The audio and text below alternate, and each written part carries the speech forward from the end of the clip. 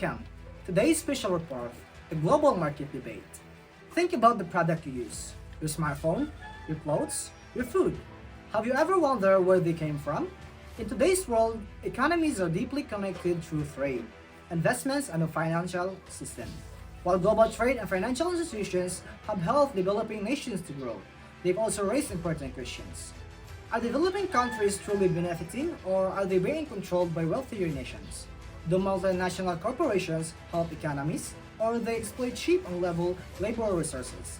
How can government ensure fairness in their massive global system? To discuss this, we have a panel of experts. First, we have Dr. Artisano.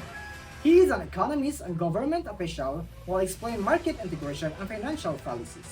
Second, we have Ms. Abby, a corporate executive who will discuss the role of global businesses.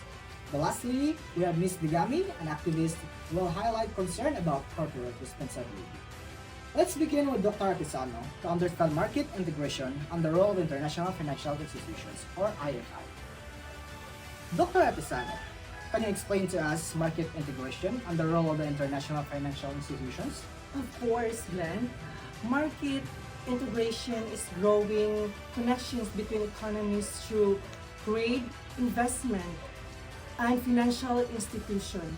It allows countries to exchange goods, share technologies, and access financial support from institutions like the International Monetary Fund or IMF and the World Bank. These IFIs were designed to help countries develop by providing loans, grants, and policies advice. They fund large scales like roads, power plants, and schools that developing nations may not afford on their own. However, there are three challenges. The first one is wealthier countries dominate IFS, meaning policies often favor richer nations. The second one is loan conditions can be strict, forcing developing countries to adopt policies that may not be in their best interest. The third one is some projects funded by IMS have caused social and environmental harm, such as displacing communities for dam construction. Wow, that's a complex issue. Now, let's hear from Ms. Abby about how corporations fit into this global system. Ms. Abby, I'm going to ask you a question about the role of the global corporation. Ms. Abby, we know that corporations are a major force in globalization. How do they contribute to the market integration? Corporations drive economic growth and innovation. They create jobs, introduce new technologies, and make products more available worldwide. There are two main types of global corporations. First, multinational corporations, also known as MNCs, companies that operate in many countries but are managed from a home base.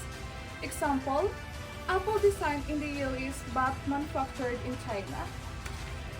Second, transnational corporations, also known as TNCs, companies that allow their foreign branches to have more independence in decision making. Example, Nestle operation in many countries with each branch adapt to a local markets. Corporate expansion happens in two ways. First, horizontal integration.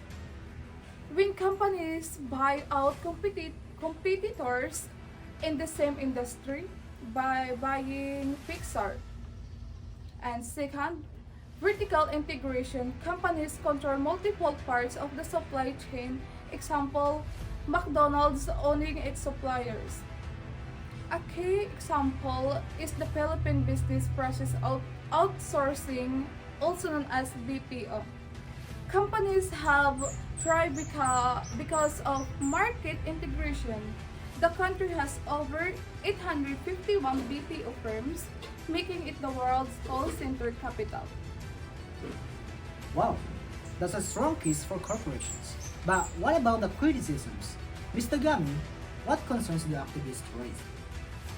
Well, there are three major concerns with IFIs and corporations.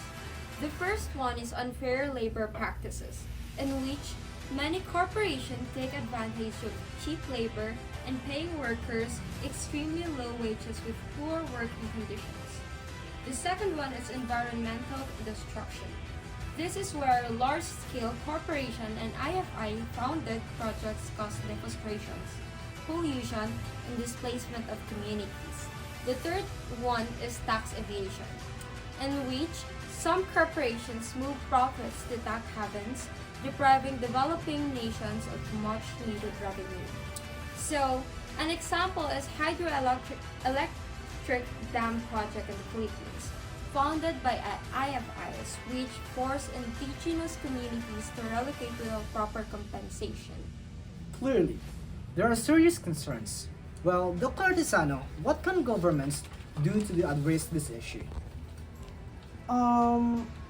Government must regulate globalization to ensure it benefits everyone, not just corporations and rich nations.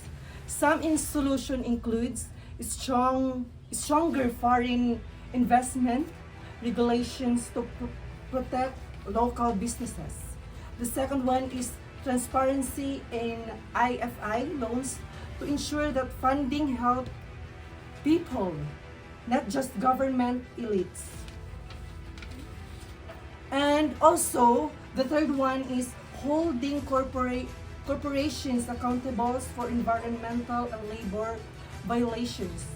We're already seeing progress such as the Paris Declarations on aid effectiveness, which ensures foreign aid align with local development needs.